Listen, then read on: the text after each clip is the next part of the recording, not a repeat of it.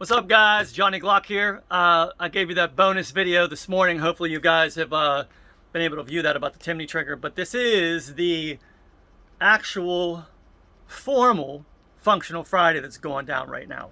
And I know it's been a couple weeks because I had to take a vacation because that's what you got to do. Keep balance here. But basically, today's video is on the Gen 5 housing, which is basically the same housing for the 48, the 43X, and the 43. So I'm going to go over some stuff that you can do to, the main complaint is that there's not enough aggression in the resets. And I understand, especially when you start bringing the spring weights down in my combat kits, you know, with 4.5 pounds, you kind of lose a little bit of that oomph. I try to tweak things a certain way to give you, you know, a short and aggressive reset. Most of the time it works out that way. Sometimes there's drag in the gun.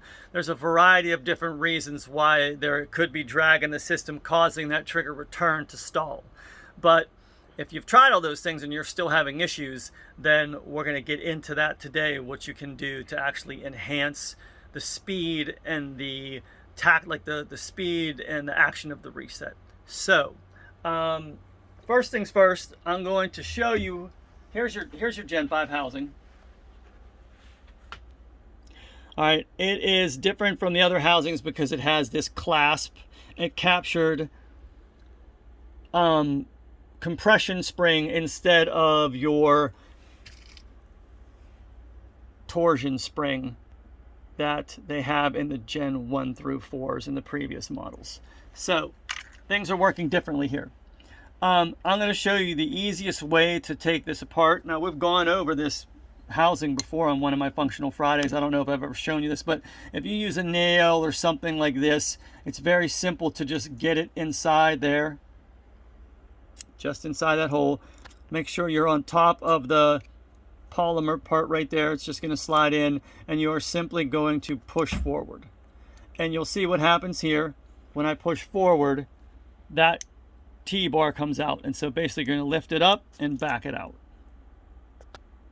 Okay, and for installation, you go into the top of the T-bar, push it down, and back it out again. Very easy, simple way to do it. All right. Now, once you have this out, if you study these parts, this clasp and its numbers are the exact same in every single housing. So you are going to have in the 43s and the 48s and all that stuff, it's going to be this exact. Glock is very, very utilitarian like that. They like to use the same parts over and over again, which is a good business model, and also adds for consistency if you're having the same part stamped. So that's this part right here. There's not much. Now I've worked on doing things like bending this a little bit, and you know, there's not a ton you can do to this, in my opinion, to get it to do much other than it's designed to do, which is to return the trigger. I know a lot of the old school guys used to, you know, swear by these. They would drill a higher hole in here, you know, be drilled right about there, and they would use that for the trigger return spring, and they felt that gave it more of a backward pull. But I've never found that, and I know some other you old school Glock guys will say that, will agree with me. I never found that to be one of those modifications that was actually you know, worth the time doing. So basically, when you take this apart, you know, it's got 3 different parts to it. You got the spring, you've got the clasp, and we'll just call this the catch because it catches both things. Now, you know, you can see the Glock does care. So nowadays there's a barrel kind of on this right here that helps keep the spring centered. I don't know if you can get that. A little bit. A little bit. If I turn it like that, you can probably see it better because you can actually see it. Okay. So it used to look like this. Use this to get this out of here. It's like operation getting that out of there. It used to look like this. So see how there is no. Trying to get a good. Let me set it down here like this, and you'll probably be able to get a better shot. Yeah, one has this. Yeah. So one has the. Let me see. I'll show you this. Look. If you do that right there. Yeah. I got my son filming with me today. So those are the differences. So when you really got a close up, just touch that tree. Okay. Okay, so basically, this is the new one. It's the same numbers. I always check these numbers. It's the same numbers on all of them. I was wondering if they were doing different ones. But as of right now, this and this are the same on every one of those models, to my knowledge. Since Glock has froze part sales for right now, it's not, I don't know what they're doing with anything new. So, but for the 44, the Gen 5s, the 48, the 43, the 43X, and even the 42, it's the same exact catch, clasp, and spring. So now the way this functions is, this compression right here is what actually helps pull the trigger. I know it seems backwards in logic, but the fact that the old style was torsion, so this would help lift up the bar, and at the same time, since it was stretched already, it was going to help pull the trigger back. Now, same thing with this. Once this is loaded, because that's what you have to remember, this thing is actually loaded when it's under compression, let's put it that way. It's under compression, and the way the design is, it is actually being pulled this way when the trigger is installed. It is loaded forward. So when it does its job, hopefully I don't lose this, it's being released that way. So this is how it's sitting. This is how it's sitting in battery, and then backwards it helps pull. So basically, when the trigger goes to reset off the top of the connector ledge, you want to minimize this right here so it can come back in very quickly. And the way you do that with this particular setup is by reducing this spring tension. Now, Terran Tactical has one of these. It's beefed up, and that's his game. It's more of a competition thing, so it's going to, since it is stronger, it's going to help you pull it back. Just like these torsion springs, everyone used to do the 6-pound springs. These being heavier helps you pull it back. So this actually helps you pull the trigger back. Always remember that. So if you want to lessen the spring tension, the compression, in order to get a better reset, you have to take material away from this. Now, the way I do this here is different. The way I'm going to show you is because you don't have all the tools that I have. So basically, I know just about everyone and their brother has a Dremel roll, one of these drums for whether it's 3/8, half inch, or an 1/8 or a quarter, whatever, for sanding. So I was looking around the shop, like, what could I use? Like, I could use this felt. There's a bunch of different things I could use that I have sitting around to demonstrate this. But this, in my opinion, taken apart. Of course, you have to take it apart because you don't rip your hands up on that, because this is going to be chucked up and spinning on a drill. That's pretty much, if you have it, and it comes with every single Dremel, and I know 99.9% of you guys watching this have a Dremel. So this is what you are going to use. All right. The thing is, we want to take material off of this spring, but we want to do it in a consistent manner. We want to make sure it's even. You understand? So you want to also, that's why I chose this one, because it has a pretty decent diameter to diameter tightness right there. Whereas if I would use something like this, it's got a lot more wiggle room right there, as you can see. So for what I'm telling you guys to do, this is going to be what you want. And the fact that it's got that little apron right there to hold it is even better. So basically what you're going to do is you're going to install this into a drill. And this can be a little tricky because you want to push down on this enough to, let me open it like this. You want to push down on this. That's the only drawback of this one. So if you can get it started like that, where the chuck is already grabbing this, you're going to be at an advantage instead of trying to do it any other way. So just, if the chuck's too wide open, and I'm not going to do it because I got it perfectly, the spring is going to sit down in there. But what I like to do with these is I like to get it like that. So basically I'm compressing this, and it makes it when you sand this a lot more effective. So I'm going to Get that in there. I'm just gonna, okay, so see how it's chucked in there now? Exactly how I want it to be. Okay.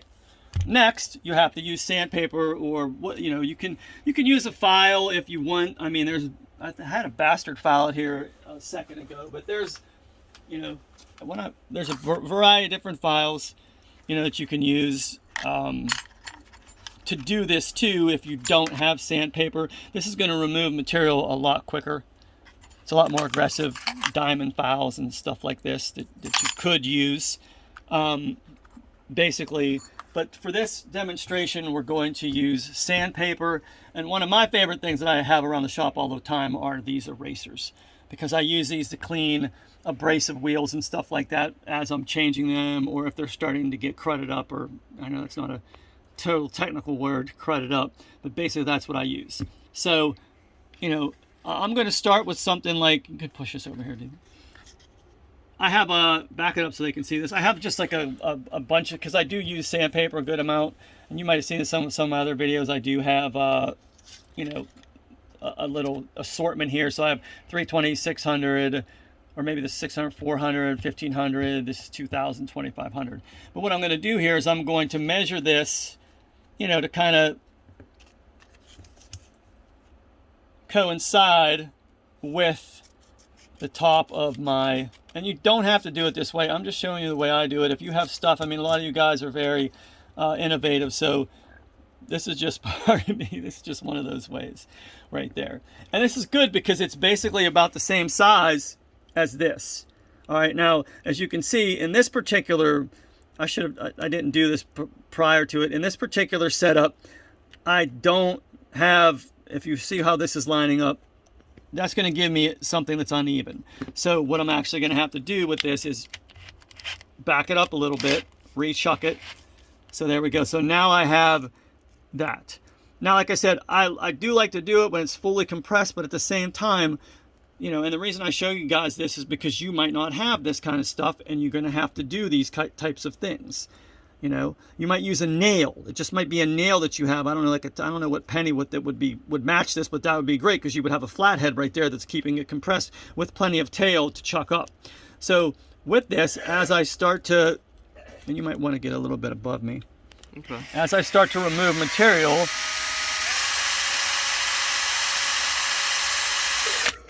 I have to keep this pinned on either side. Okay, so you can see the spring coil is starting to flatten out. You know what I mean? That is just with that little bit of 320, and you can see the actual debris on there from that. So once again, I can put it on here. I got to get this off a little bit. You want to back it up so you can see. Yeah, okay, that's good right there. So you see all the. So I'm going to hold this down, and I'm just going to be as even as I can. I don't have to, you know, you don't have to put it into overdrive, stuff like that. Okay. And I'm always going to look at the spring, because if the coil is, back up, Jackie, for a second. Why is there never pencils around here? Okay, so if the coil is like this, you'll start to see material taken off the coil, and then a little bit more material. You don't ever want to go more than half, because it's gonna make the spring disfigure the spring. It's not going to be uniform. So I would say for this, if you're looking at your coils, you're going to just take about a third of that off. Is going to be right about where you want to be as an indicator, and it's kind of got to look at it this way, you know, because you'll be able to see how much of that material you've taken off. Sometimes you might want to use a magnifying glass to really see, to really get in there. You want to see if we can catch that on a magnifying glass? Yeah, we can try.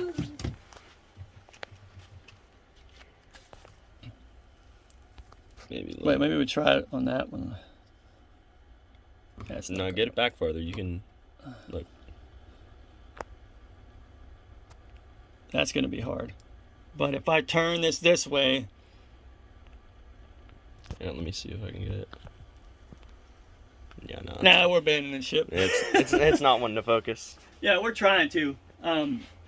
So basically, and after I did 320, just because I'm me, you know what I mean, I would probably use 400 or something like that just to smooth it out. I just like things smooth as possible. So I cut this little piece here. Same thing, holding it right to left. And you'll see this isn't going to take, if you can see the actual paper, it's not taking off the material that the other one was. It's just kind of smoothing it out. And if you can see also it's a little heavier on that side. You know, that's things to watch for your technique as you're doing this, because you really want to be able to see. Now this will, now when he focuses in on this again, you'll see it's a nice uniform amount of debris that is in that right there that's being captured. And at the same time, you can see the spring has a nice shine to it. Now I'm not going to go any more than 400. I mean, I could take it up to 1,000 if I wanted to, but you know, for demonstrations of this and for actual what I'm looking to do, it's not really necessary. So now, since I've taken that material off, this spring has a lot less power to it, which means since it's not helping you pull back as much, your brake weight is going to be a tad heavier. Nothing that your finger is going to know the difference of, but when it comes to reset, wham, it's really going to come forward. And that's, like everyone knows, I know a lot of people are enamored with pre-travel, but your reset is basically where you're going to build speed. I have a video that talks about pre-travel and the pitfalls of trying to get as much pre-travel out of there as possible, and the reality that, you know, really it's not going to be as a detriment as most people think. And once again, you're going to, same thing, it's how much easier this is to put on right now. It just goes right on. And then we're going to, and it helps seat it too when you actually go into the hole and capture some of the spring on that as well. Are you getting that on there? Mm-hmm. Okay. And then once again, it's just going to be inserting it in and dropping it down. And then with that lack of compression, of loaded compression right there, it is going to create a reset. And now you can back it out. It's going to create a reset that is going to be a lot more aggressive. It's going to be more like those, it's going to be more like a Gen 3 reset or a Gen 4 reset with the stock spring in there. Because remember, the more you bump stock striker spring, that is, the heavier the striker spring is, the more aggressive the reset is. That's why a lot of you guys that use a 3.5 pound connector, a New York 1 spring, and a 6 pound trigger spring, that reset is just ridiculously fast and aggressive. And so this was just a video to demonstrate and to show you exactly how to do this with stuff in your house that you have available at your bench. Most people have all this stuff readily available, and yeah, I think that's going to be a wrap.